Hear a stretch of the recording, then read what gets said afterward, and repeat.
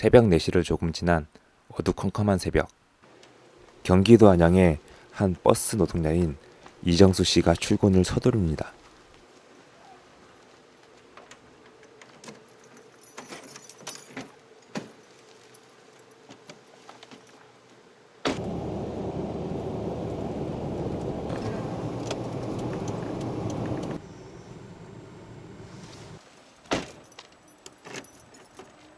운전하는 거 좋아해서 화물차를 했었어요. 네, 화물차, 5톤 화물차를 처음 시작하게 돼서 그다음 이제 화물차를 하다가 버스를 주위에 분이, 그러니까 옆집 사시는 분이 추천을 해서 그렇게 해서 2008년도부터 시작하게 됐습니다.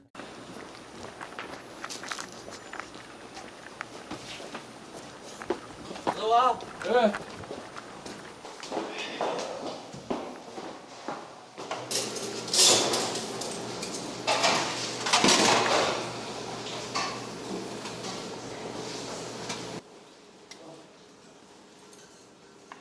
운행 전 새벽밥을 먹고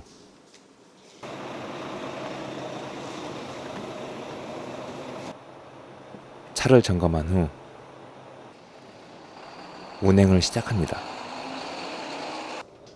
오늘 이정수 씨의 첫 운행 출발 시각은 오전 5시 50분. 새벽부터 출근해서인지 이정수 씨의 얼굴에 피곤함이 묻어납니다. 대다수 기사들도 겪을 거예요. 아침에 일찍 나오다 보니까 그 피로감이 덜 풀려서, 그러니까 그 전날에 하루 종일 쉰다고 하지만 그래도 쉬어도 개인 생활들이 있기 때문에 피로감은 어느 정도 다 풀리지는 않는다라고 생각하거든요. 그런데 새벽 3시, 4시 일어나서 출근하다 보니까 아침에 동이 틀 때쯤이면 약간 졸리는 게 있어요. 10년 경력의 이정수 씨도 첫 운행은 여전히 긴장됩니다.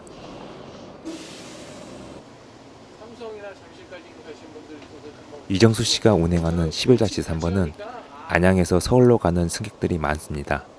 안양 시내를 지나 인덕원역, 정부과천청사, 선바위역, 양재역, 삼성역, 종점 정류장인 잠실 종합운동장을 돌아 다시 안산 차고지로 돌아오는 노선입니다.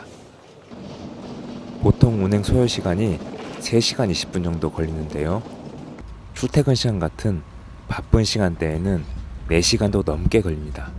이정수 씨의 우스갯소리로 서울에서 부산 가는 시간이 동네를 오가는 데 쓰인다고 하네요.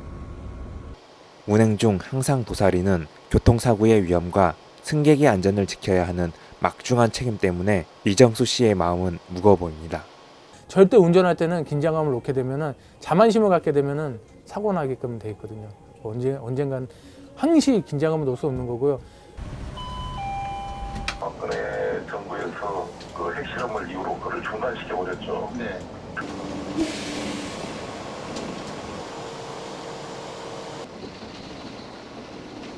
저 멀리 시야의 종점인 잠실 지역이 보입니다. 출근 시간, 그러니까 퇴근 시간은, 그러니까 첫 번째 시간과 네 번째 운행 시간이 출퇴근 시간에 겹치기 때문에 항상 바쁜 거 긴장하게 되는 거고요. 나머지 2회, 3회, 5회 시간은 조금 덜한 시간이 이루어진다라고 볼 수 있는 거죠. 하지만 저희가 낮 시간이라고 또 긴장을 놓을 수 없는 게 뭐냐면은 어르신들이 많이 타요.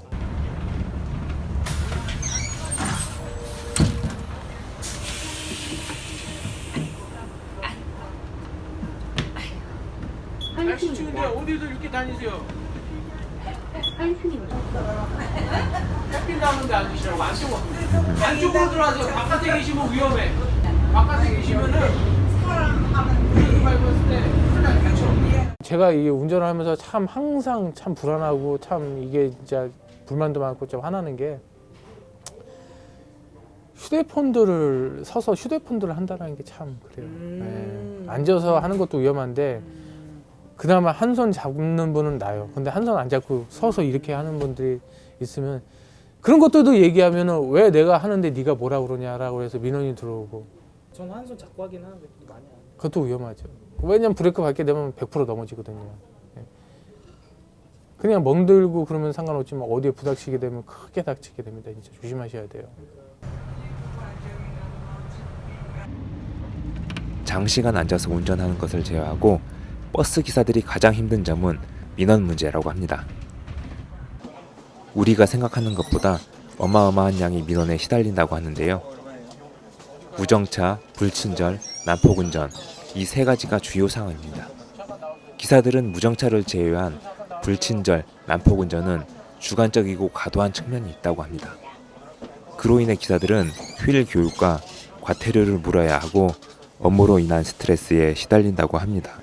뭐 주변에 이제 다수의 기사들이 뭐 저는 몰랐는데 뭐 며칠 전에 통화를 했었는데 이 정신과 치료 우울증 와가지고 치료도 받았던 분이 있다라고 얘기를 하시더라고요.